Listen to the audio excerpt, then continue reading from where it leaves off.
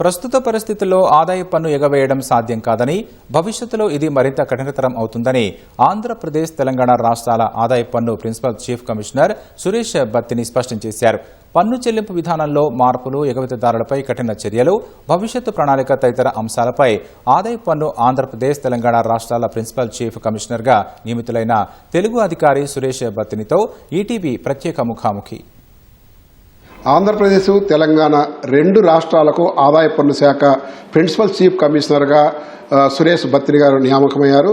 అంతకుముందు అనిల్ కుమార్ ఇదే principal chief కమిషనర్గా పనిచేసి ఇటీవలనే పదవి విరమణ పొందినారు. ఆయన తర్వాత వరుసగా రెండో తెలుగు అధికారి ఇక్కడ ప్రిన్సిపల్ చీఫ్ కమిషనర్గా నియామకం కావడం చాలా సంతోషకరం. సార్ నమస్తే సార్, మీకు అభినందనలు.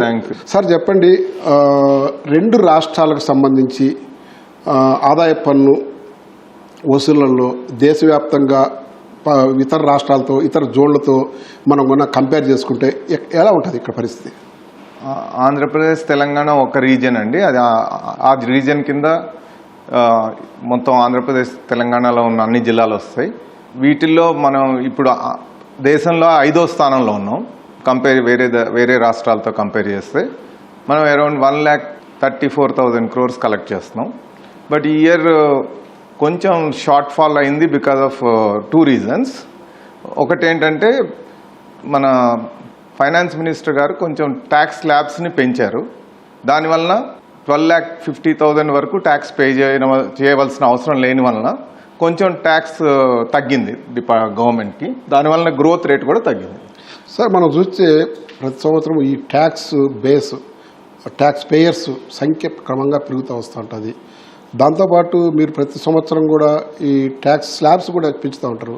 కొంచెం గందరగోళ పరిస్థితులు నెలకొన్నట్టుండవా దాని మీద? ఇది ట్యాక్స్ పేయర్స్ నెంబర్స్ పెరుగుతూ ఉంటాయి, కానీ ట్యాక్స్ స్లాబ్ పెరచాల్సిన అవసరం government time to time decide చేస్తుందండి. ఎందుకంటే ఇన్ఫ్లేషన్, వేరియస్ అదర్ రీజన్స్ వలన ఇది గవర్నమెంట్ ప్రెరగేటివ్ టు డిసైడ్ అంట. దీనికంటూ ఎస్ఓపి అంటే స్టాండర్డ్ ఆపరేషన్ సిస్టమ్ ఏమి ఉండదా దీనికి ఒక ట్యాక్స్ రీసెర్చ్ యూనిట్ స్టడీ చేస్తూ ఉంటుందండి. ఎంత ట్యాక్స్లు పెంచాలి, ఎంత ట్యాక్స్లు తగ్గియాలి, ఎంత స్లాబ్లు ఉండాలి. ఇది కంటిన్యూస్ ప్రాసెస్. దాంట్లో గవర్నమెంట్ ఆఫ్ ఇండియాలో ఒక యూనిట్ ఉంటుంది, వాళ్ళు స్టడీ చేస్తూ ఉంటారండి. సార్ మొత్తం మీద తీసుకుంటే మనకు ఈ ట్యాక్స్ పేయర్స్ ఎన్ని రకాలు ఉంటారు? వ్యక్తిగత ట్యాక్స్ పేయర్స్ కావచ్చు, టీడీఎస్ కావచ్చు, ఏ ట్యాక్స్ పేయర్స్ ఎక్కువ ఉన్నారు? ఆ విధంగా చూస్తే మనకు కార్పొరేట్ ట్యాక్స్ పేయర్స్, వ్యక్తిగతంగా ఉండే ట్యాక్స్ పేయర్స్, తర్వాత ఫర్మ్స్ అండ్ ఇండివిజువల్ ఈ ఫర్మ్స్ అండ్ హెచ్యుఎఫ్సి ఇవన్నీ ఉంటాయండి. బట్ ఆ విధంగా చూస్తే ఎక్కువ వరకు మనకి కార్పొరేట్ ట్యాక్స్ చాలా మొత్తం ఉంటుంది. More than 50% is collected through corporate tax. But TDS అనేది way of collection of tax అండి. It is not a tax. అంటే కార్పొరేట్ ట్యాక్స్ అంటే ఎవరైతే ఉద్యోగులు ఉంటారో వాళ్ళ దగ్గర శాలరీ పే చేసినప్పుడు టీడీఎస్ డిడక్ట్ చేసుకొని పే చేస్తారు. చాలా వరకు అలాంటి సంస్థలన్నీ కూడా మీకు చెల్లించకుండా వాళ్ళే దాన్ని మినహాయించుకుంటూ ఉంటారు. అలాంటి వాళ్ళని మీరు ఎట్లా గుర్తిస్తారు? అలాంటి ట్యాక్స్ మీరు ఏ విధంగా కలెక్ట్ చేస్తారు? ఇది ఎప్పటి నుంచో వచ్చిన విధానం అండి, ట్యాక్స్ మినహాయింపు విధానం. Every employer, every corporate has to deduct on many aspects. Wherever financial transactions are there, they are covered in the New Income Tax Act also, Old Income Tax Act also. As per the rules defined in the Act, they have to deduct particular payment. Suppose salary ఉందనుకోండి, సాలరీకి slabs ప్రకారం deduct చేయవలసి ఉంటుంది. అదేవిధంగా contractors ఉన్నారు, కాంట్రాక్టర్స్కి 1% నుంచి 2% వరకు deduct చేయవలసి ఉంటుంది. అట్లా వేరియస్ ఎక్స్పెన్సెస్ని బట్టి డిడక్టర్స్ హ్యావ్ టు డిడక్ట్. అది డిడక్టర్ రిజిస్ట్రేషన్ అవుతుందండి. టాన్ నెంబర్ ఇస్తారు. ఆ డిడక్టర్ రిజిస్ట్రేషన్ ప్రకారం వాళ్ళు they have to comply with the tax law. And whenever they fail to do that, our TDS wing will go and enforce. And also మాకు ఈ database వలన, data driven approach వలన we have lot of information about various deductors and we pursue them whenever they don't deduct. Sir మీరు తీసుకుంటే 1991లో IRS ఆఫీసర్గా ఎంపికయ్యారు, assistant కమిషనర్గా join అయ్యారు. బెంగళూరు కానీ లేకపోతే మైసూరు కానీ ఇట్లా డిఫరెంట్ ప్లేసెస్లో టీడీఎస్లో టెక్నాలజీని ఇంప్రూవ్ చేసిన ఆఫీసర్గా, అదేవిధంగా ఇన్వెస్టిగేషన్ వింగ్లో చాలా కాలం పనిచేశారు. డిఫరెంట్ వింగ్స్లో పనిచేశారు. ఆయా వింగ్స్లో పనిచేసినప్పుడు ట్యాక్స్ ఎక్కువ వసూలు అయ్యేదానికి ఎలాంటి చర్యలు తీసుకున్నారు? నేను మొదట 1994లో ఫీల్డ్లోకి జాయిన్ అయ్యానండి బెంగళూరులో. అప్పుడు నేను కార్పొరేట్ సర్కిల్లో ఉండేవాడిని. అది కార్పొరేట్ సర్కిల్కి నేను మొదటిసారిగా ఈ సాఫ్ట్వేర్ డెవలప్ చేశాను.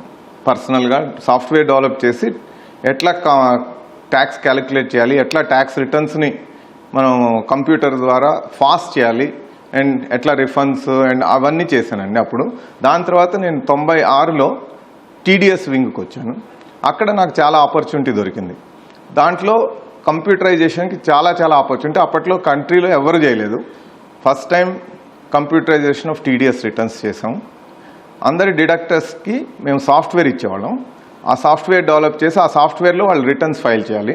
దాన్ని ప్రాసెస్ చేసి ఏమన్నా డిఫెక్ట్స్ ఉంటే అవన్నీ వాళ్ళకి ఇమీడియట్గా ఇంటిమేట్ చేసేవాళ్ళం. మేము అరౌండ్ 4000 కేసెస్లో ఈ సాఫ్ట్వేర్ ఇచ్చి ప్రాసెసింగ్ చేసినందువల్ల చాలా ట్యాక్స్ వృద్ధి అయిందండి. ఒక 4 రెట్లు వృద్ధి అయింది. సార్, తీసుకుంటే ఆదాయపు పన్ను శాఖ అంటేనే చాలా వరకు బయట ప్రచారం జరిగేది, వేధింపులకు గురి చేస్తారు, అవినీతి ఎక్కువగా ఉంటుంది అంటారు. దీని అంతటినీ అంతమందించేదానికి, ఈ ఆరోపణలను పూర్తిగా సమస్య ఎదురుగా చేసేదానికి ఫేస్లెస్ అసెస్మెంట్ను, తర్వాత ఇన్స్పెక్షన్ వీటన్ని తీసుకొచ్చారు. దాన్ని తీసుకురావడం వల్ల మీ మీద ఉన్న ఈ అపవాదు పోయినట్లేనా, లేకపోతే ఇంకా ఉందా? ఇది అపవాదు కంటిన్యూస్గా ఉంటుందండి కొంచెం. బట్ ఫేస్లెస్ వల్ల ట్రాన్స్పరెన్సీ బాగా పెరిగింది. ఎందుకంటే ఒక ట్యాక్స్ పేయర్కిను ట్యాక్స్ అసెసింగ్ ఆఫీసర్కి కలవటం అనేది అవ్వదు. దానివల్ల ఆటోమేటిక్గా ట్రాన్స్పరెన్సీ పెరిగిపోయి ఈ కరప్షన్ అనేది చాలా తగ్గిపోతుంది. But stray incidents because of so many other processes ఉంటాయి కాబట్టి అవుతూ ఉంటాయి. But that is being addressed by continuous monitoring అండి. ఫేస్లెస్ అనేది 2020లో అమల్లోకి వచ్చినట్టున్నది, 6 ఏళ్ళు అవుతుంది. దీనివల్ల మనకు ఆ విధానం ఎట్లా అమలవుతుంది? ఇది ఒక నూతన విధానం. ఇది ప్రపంచంలోనే ఎక్కడా జరగలేదండి. ఇది మనకు ఇప్పుడున్న టెక్నాలజీ వలన ఇది పాసిబుల్ అయింది, ఫేస్లెస్ అనే విధానం. So we are able to connect tax payer and assessing officer without having to వాళ్ళిద్దరిని చూసుకునే అవసరం లేకుండా కనెక్ట్ చేసాం. అండ్ దీనివల్ల ట్రాన్స్పరెన్సీ డెఫినెట్గా పెరిగింది. అండ్ మీరు అన్నట్టు కొన్ని ఫస్ట్లో ఉన్న ప్రాబ్లమ్స్ అన్నీ కంటిన్యూస్గా అడ్రస్ చేయటం వలన వాటన్నిటిని అడ్రస్ చేసి it is improving. So this will be the best in the world. Definitely it will be the model for any other country also to follow. Tax payers మనకు గతంలో అంటే బాగా చదువుకున్న వాళ్ళు, బిజినెస్ చేసేవాళ్ళు, లేదంటే ఎంప్లాయీస్ ఉండేవాళ్ళు. ఇప్పుడు ఒక మాదిరిగా చదువుకునే వాళ్ళు, 6-7 తరగతులు చదువుకునే వాళ్ళు కూడా పెద్ద బిజినెస్లు చేసి ట్యాక్స్ పేయర్స్గా కన్వర్ట్ అవుతున్నారు. అలాంటి వాళ్ళు ఈజీగా ఈ ట్యాక్స్ కట్టేదానికి సంబంధించిన విధానము కొంత డిఫికల్ట్గా ఉంది. దాన్ని ఎట్లా సరళీకరణ చేసి వాళ్ళకు అనుకూలంగా తీసుకొచ్చేదానికి ఏమైనా అవకాశం ఉందా? అంటే ట్యాక్స్ అనేది ఎప్పుడైనా కొంచెం కాంప్లెక్స్ ప్రాబ్లమే అండి. ఇట్ ఎవరికైనా కానీ, ఈవెన్ చదువుకున్నా చదువుకోకపోయినా ట్యాక్స్ అనేది స్పెసిఫిక్ నాలెడ్జ్. సో దానికి ఎక్స్పర్ట్స్ అవసరం ఎప్పుడు ఉంటానే ఉంటుంది. మనకి ట్యాక్స్ అనేది ఎవరికి వస్తుందంటే ఇన్కమ్ జనరేట్ చేసిన వాళ్ళకి, వాళ్ళ చదువుతో సంబంధం లేదు. ఇన్కమ్ దాన్ని బట్టి ఎవరికైతే ఇన్కమ్ ఉంటుందో వాళ్ళు ట్యాక్స్లు పే చేయాలి. దానికి మనకి various CAs, advocates, tax experts are available. Now computer softwares also available. So ఆ ప్రాసెస్ సింప్లిఫై అయింది కానీ but complexity will remain. Tax payment పరిధిలోకి వచ్చిన వాళ్ళు చాలామంది కూడా ట్యాక్స్ ఎగవేతకు పాల్పడుతూ ఎస్కేప్ అవుతూ ఉంటారు. అలాంటి వాళ్ళ మీద మీ నిఘా ఎలా ఉంటుంది? వాళ్ళని ఎట్లా గుర్తిస్తారు? ఏ మార్గాల ద్వారా గుర్తించి వాళ్ళ నుంచి ట్యాక్స్ వసూలు చేస్తారు? ఇప్పుడు నేను ఇందాక చెప్పినట్టు టెక్నాలజీ వలన మేము ఏం చేస్తున్నామంటే ఎస్ఎఫ్టీ అని ఉంటుంది. దాని ప్రకారం థర్డ్ పార్టీస్ మాకు డేటాని ఇవ్వాలి. ఏ ఫైనాన్షియల్ ట్రాన్సాక్షన్ అయినా కానీ financial data has to be submitted in the form of SFT to government. ఆ డేటాని యూజ్ చేసి డేటా డ్రివెన్ అప్రోచ్ వలన మనం ప్రతి ఒక్కళ్ళ ట్రాన్సాక్షన్స్, ఆల్మోస్ట్ అన్ని ట్రాన్సాక్షన్స్ కనుక్కోగలుగుతున్నాం. దానివల్ల ఏమవుతుందంటే మనకి ముందే తెలుస్తుంది వీళ్ళకి ఈ ట్రాన్సాక్షన్స్ చేశారు. వాళ్ళకి మనం ఆ ట్యాక్స్ పేయర్కి కూడా ఇయర్ ముందులో we are giving them that data. ఇది ఉందండి, మీరు చూసుకోండి, మీ ఈ ట్రాన్సాక్షన్ మీరు చూపించారా, చూపించలేదా, చూపిస్తే ఓకే, చూపిపోతే ఎందుకు చూపించలేదు, దాని ప్రకారం మీరు ట్యాక్స్ కట్టాల్సిన అవసరం ఉన్నదని మేము క్లియర్గా ఇస్తున్నాం వాళ్ళకి గైడెన్స్. సో దానివల్ల ఏమవుతుందంటే ఈ పెద్ద ట్రాన్సాక్షన్స్లో చాలా కష్టం అండి అవాయిడ్ చేయటం. Even if somebody not offering that tax, మేము వాళ్ళకి నోటీసెస్ ఇష్యూ చేసి we are asking them to come clean. Insurance కానీ లేకపోతే మన సబ్ రిజిస్ట్రార్స్ కానీ అట్లా చాలా number of agencies are there who are required to file SFT. దానివల్ల ఆ డేటా అంతా మాకు వస్తుంది. ఆ డేటాని మనం కంప్యూటర్లో అనలైజ్ చేసి ప్రతి అసెస్సీకి మనం పంపిస్తాం డేటాని. ఇది మీరు ఈ ట్రాన్సాక్షన్స్ చేశారు, సో మీరు చూసుకోండి, మీరు ట్యాక్స్ పే చేయాలంటే పే చేయండి, అడ్వాన్స్ ట్యాక్స్ పే చేయాలంటే పే చేయండి. ఆ విధంగా వాళ్ళకి ఇన్ఫార్మ్ చేస్తాం. సో డేటా ఉన్నందువల్ల చాలా కష్టం అవుతుందండి. ఈ ఫ్యూచర్లో it is not possible for people to simply await, but they will have, even if they don't pay, they have to pay subsequent. Sir, ఇప్పుడు 2025 ఐటీ చట్టం కొత్తగా వచ్చింది. గత చట్టానికి ఈ 2025లో వచ్చిన చట్టం అంటే ఇప్పుడు ఏప్రిల్ నుంచి అది అమలులోకి వచ్చింది. ఈ రెండింటి కంపారిజన్ ఏంది, దానివల్ల ఎవరికి బెనిఫిట్? ఈ మన గవర్నమెంట్, మన ఫైనాన్స్ మినిస్టర్ గారి ఆధ్వర్యంలో, ప్రైమ్ మినిస్టర్ గారి ప్రోద్బలంతో మన యాక్ట్ని సింప్లిఫై చేయాలని డిసైడ్ చేశారండి. ఎందుకంటే ఎక్కువ మన యాక్ట్ చాలా పెద్దదైపోయింది, 819 సెక్షన్ నుంచి దాని నుంచి 536 సెక్షన్స్ తగ్గించారు. And number of pages also, words also చాలా తగ్గిపోయినాయి. దానివల్ల ఏమవుతుందంటే సింప్లిసిటీ, యూజ్ లాంగ్వేజ్ కూడా సింపుల్ లాంగ్వేజ్ యూజ్ చేశారు ఇప్పుడు కొత్త యాక్ట్లో. essence of the act is same, both the acts are essence is same, but content has become very simple for people to understand. Though even because of the nature of complexity of tax law, we need to take help of experts, but anybody can read and understand now. It has become more simpler. గతంలో ఉన్న slab rates అంటే అప్పుడు 7 లక్షలు 8 లక్షలు అట్లుంది. ఈవేళ 12.75 లక్షల వరకు కూడా ట్యాక్స్ రూపాయి కూడా కట్టాల్సిన అవసరం లేదని చెప్తున్నారు. దీనివల్ల ఎవరికి బెనిఫిట్? ఒకవేళ ట్యాక్స్ స్లాబ్స్ పెంచిన దానివల్ల ప్రభుత్వానికి ఏమైనా వచ్చే రాబడి ఏమైనా తగ్గే అవకాశాలు ఉన్నాయా? ఎట్లా? ఈ ప్రభుత్వానికి రాబడి చూసుకొనే ఇవన్నీ క్యాలిక్యులేట్ చేశారండి. డెఫినెట్గా కొంచెం ట్యాక్స్ లాస్ ఉంటుంది గవర్నమెంట్కి, కానీ బట్ చిన్న ఇన్కమ్ వచ్చే వాళ్ళని ప్రొటెక్ట్ చేయడం కోసం గవర్నమెంట్ హెస్ టేకన్ ఈ డెసిషన్ అండి. సో దట్ 12.5 lakhs వస్తే వాళ్ళందరికీ ఫేవర్ అవుతుంది. చిన్న పీపుల్ హూ హ్యావ్ అంత మనీ లేకుండా జీవనం గడపడానికి సరిపడే అంత మనీ లేని వాళ్ళకి అంతవరకు ఉండాలనే జీవన ప్రమాణాలను బట్టి ఆ ట్యాక్స్ స్లాబ్ డిసైడ్ చేశారండి.